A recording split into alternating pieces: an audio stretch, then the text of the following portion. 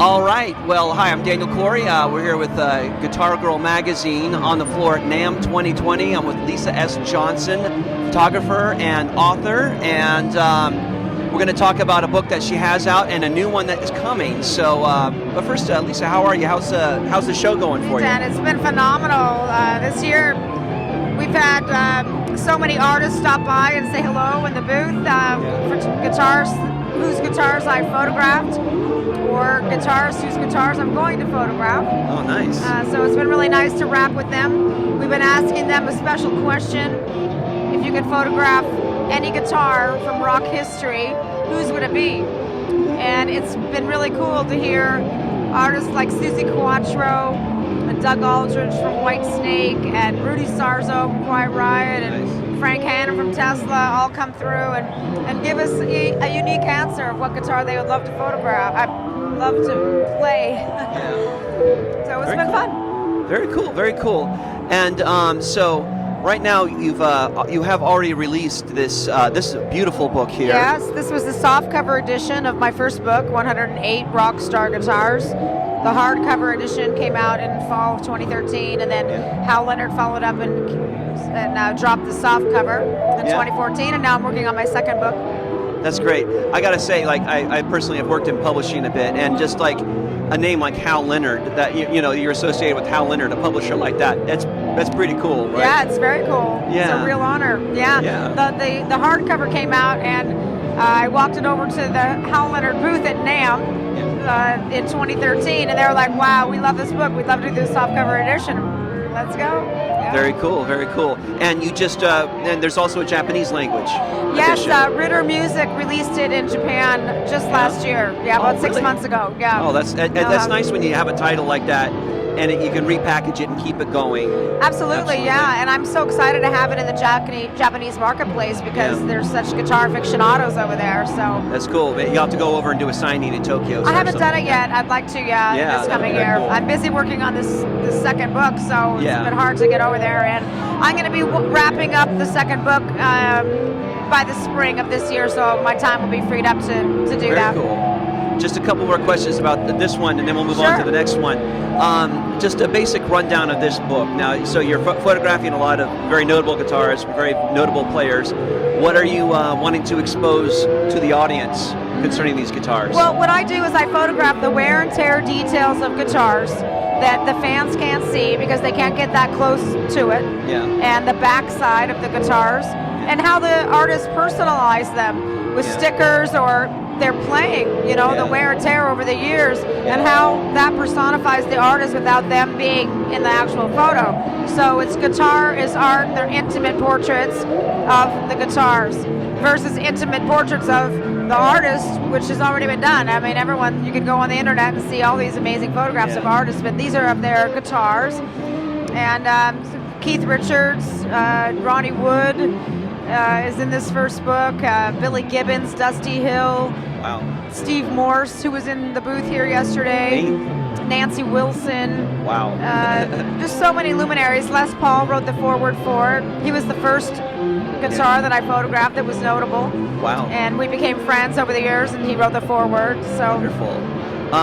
And just like from this book, before we go to the next one, what's like the one guitar that really stood out to you, the one story that really stood out to you in this book? That'd probably have to be the Jimmy Page double neck guitar, the Stairway to Heaven guitar. Yeah. Of course, I love all the Led Zeppelin catalog, and of course I always love that song, Stairway to Heaven, even though when you go into guitar stores they say, no Stairway, I don't care. Yeah. When I asked to photograph the guitar, they said, which one do you want? And I said, well, I either want the Les Paul with the bow, or I want the double neck. And so when I arrived to do the shoot, they had the double neck there. And it was very cool to open the case and smell the history, come off of it, and look at all the wear and tear, because there's a lot of very cool wear and tear on that guitar. Was there a notable scar somewhere that came from some particular event? Yeah, the center of the pick guard, from the way Jimmy is playing and you moving his pick, there's a repetitive scratch that goes down the middle of the pick guard. Oh, okay. And the back of the headstock, you can just see years of sweat and dirt corroding that finish there. off. And the input jack, there's cracks all around, and the patina is cracked all over. Yeah. So it's just a beautiful, the pickups, around the pickups, there's a little thin piece of tape, and you can see it's all like aged in there and hasn't been replaced for a long time. So very cool. And yet it's still very pristine and well taken care of. That's character. Absolutely. Yeah. All the guitars in this book have character, I'm sure. Oh yeah. Yeah. Yeah. Steve Morse's Dixie Dregs Music Man guitar that he plays with Deep Purple now. He still plays it here, Music Man. He's demoing and he's still playing that Music Man guitar. And there's just layers and layers of paint, where his arms rested on it and it's sweated off, and then they've repainted over top of it. Yeah. Nice. Cool. That's his guitar, and he keeps playing it. Very cool. So the new book, now what's the new book called, and what's different about the new book? The new book's called Mortal and Immortal Guitars. And it's how artists that are living, that are mortal, all artists are mortal at one time or another, and they create music on wire and wood, and they eventually, as humans, we pass on. The music that's been made on that instrument becomes immortal. The guitar is immortal. And so we're showing how B.B. King and Bo Diddley and John Lennon, Jimi Hendrix, Kurt Cobain, all these guitars are featured in the next book. And yet we have a lot of living guitarists featured in the book too. So it's the contrast of mortal and immortal, and the music that's been created on these amazing instruments. Cool. And you mentioned earlier that there's going to be a lot more female artists in the new book. Yeah, this book has the Bangles Girls, Susanna Hoffs, and Vicki Peterson in there. I also photographed Nancy Wilson's Gibson SG that I shot for the first book. That's evolved since the time that I photographed How did it evolve?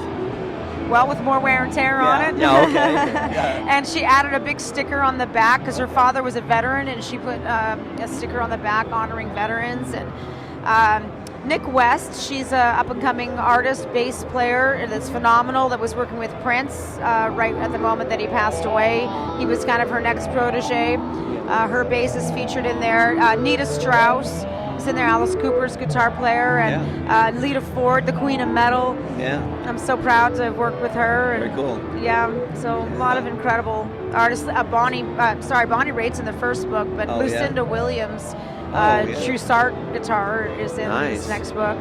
Wow, you're doing good getting all the names. It's wonderful. Yeah, it's very, very blessed to have the opportunity to work with so many incredible artists. Now, would you mind talking a little bit, without giving away too many trade secrets, when you set up to shoot these guitars as a photographer, what's part of the process that you don't mind sharing? Well, of course, you got to reach out to the artist, and that's the hardest part. You've got to figure out how to make contact. So do that first, and then it can be a process. It could be up to a year or 2 years before you finally get a yes, just with timing and things like that. And then when you finally get the go-ahead, then you show up to do the shoot, and usually I'll work with the guitar tech, which makes it easier because the artist doesn't have to be there. Or sometimes I do go to the artist's homes, and that's fantastic because then I'm shooting in their environment. And then once the photo session is complete, then there's the editing process and then the writing process of the story that's behind the guitar. And then you send it off to print. This book is taking me, it'll be about 8, maybe 9 years process. I believe it. The first book took 17 years. I was working for Eastman Kodak during the entire process for the most part, and then I own 2 yoga studios in Las Vegas, so I would shoot and then kind of go back to work. And this one, I've been working on it full time for 7 or 8 years. So wonderful! It's a big job, and it's a lot of fun.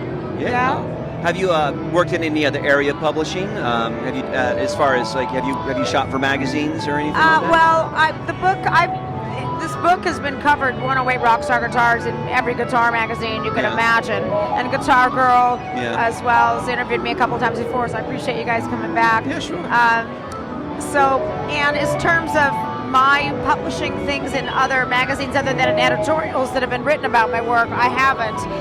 This is my first outing, was my first book, my debut book, and then the second book is my second one. So yeah. It's wonderful. We'll see what happens down the line, and making peripheral products, smaller books, maybe books that are just on the Fenders or just on the Gibsons, or I've thought of just doing ones that taking all the wear and tear, you know, or maybe the women, the females, you know, having them in one book. So, you know, there's a lot of ideas running around in my head. Yeah, that's wonderful. That's the thing, like, you know, like I mentioned earlier, I write and create graphic novels. So I've done this as well, where you just start from the very bottom, from scratch, and you make a book.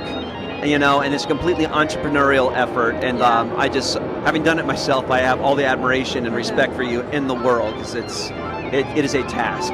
It's a ton of work, and you have to be tenacious. Yeah. You can't give up. You know, there's a few guitars that I really, really, really want, really, really bad. Yeah. And I've asked, and you can't get through. Joan Jett. She's one of my #1 female artists. I love her work, and she paved the way for so many women in rock. I had Susie Quattro in the booth here yesterday, and she's another one of those icons. But Mark Knopfler, Dire Straits, is one of my all-time favorite bands. Haven't been able to access. And, you know, my first concert I ever saw was Kiss when I was 12. The second one in the same summer was Alice Cooper. And the third concert I saw was AC/DC. About 2 years later, and ever since then, AC/DC has remained my favorite band of all time. And so, of course, when I first started this project, I wanted to photograph Angus Young's guitar, and you have to wait a certain level to get to that. And so after the first book came out, I asked, of course, but I couldn't get a response. So I sent them the hardcover book when it came out, still didn't get a response. I've met Brian Johnson, gave him a copy of the book. I still can't get a response. So I was able to photograph Malcolm Young's Back in Black Gretsch recently in New York, because it's now owned by the Hard Rock. And they gave me access to the vault, and I got a few really cool guitars. But Angus is still on my list, and I got to get it. You know, I'm on a mission, so at some point, even if it doesn't make this next book, I will keep continuing to pursue it for exhibitions and things like that I have in the future. Very cool. Personally, I'm a big U2 fan, so, you know, Edge has that, I think it's a 77 Gibson Explorer, and that's the guitar I'd like to see. Yeah, me too. The Edge is also one that has eluded me. Oh yeah. Thus far. You know, his legendary Gibson that he used on like New Year's Day and all that, and Octoon Baby, that's on the wall at Guitar Center in Hollywood, if you want to go check it out. Ooh, thanks for that tip. Yeah, you didn't know? No. Oh, okay. Guitar Center Hollywood, go over there. They got his Gibson right there. It's not signed or anything, is it? No, it's not signed. Okay, I don't photograph signed guitars. Okay. Okay, thank you. Yeah. I've snapped pictures of it with my iPhone. It's not, that doesn't look anything like what you have in your book. Okay, all right. Cool, all right. Well, I was glad I was able to help you out with that. Yeah. So, any parting thoughts? You know, I guess you're probably just going to be busy with this book for the rest of the year, right? Visit my website, 108rockstarguitars.com, and watch for the book to drop. It'll be coming out in the spring, this summer or the fall of next year, 2021. Yeah. Visit my Instagram, 108rockstarguitars. Okay. And just rock and roll. Yeah, man, rock and roll. Listen to the ladies in rock. They rock. Yeah, man. And we need to support them. And I really appreciate Tara at Guitar Girl Magazine. She's out there hustling, and as a sponsor of the She Rocks Awards, which I have been for the last 6 years of the 7 that they've been going, I was really, really happy to see Tara being honored this year as a woman in rock for her work that she's done, recognizing women in rock, including myself. So I appreciate you guys a lot. Very cool. Thank you. Awesome. You're quite welcome. I'm happy to be here. Thank you for talking. Yeah, sure thing. All right. Yeah. Well, I'm Daniel Corey. I'm here with Guitar Girl Magazine on the floor at NAMM 2020. Just had a great conversation with Lisa Johnson. Thank you, Lisa, and good luck with the new book. And we'll catch up later, okay? All right, rock and roll. All right.